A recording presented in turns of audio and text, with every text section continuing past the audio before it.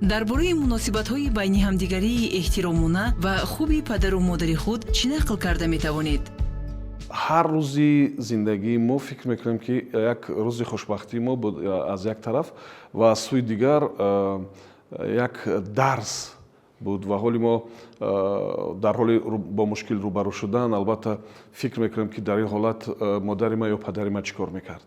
яъне ки як муносибати самимона ва бисёр хуб дар як оилаи хоксорона доштем ки дар идомаи зиндагӣ ҳамин муносибати волидони мо барои мо албатта таъсири нек гузошт. падару модарам то имрӯз барои ман як муносибати идеалии муносибати байни зану шавҳар аст ва ман то имрӯз бар он ақидаам ки ҳар як оила хоҳ оилаи ҷавон бошад хоҳ оилаи пуртаҷриба бояд аз чунин таҷриба баҳра барад.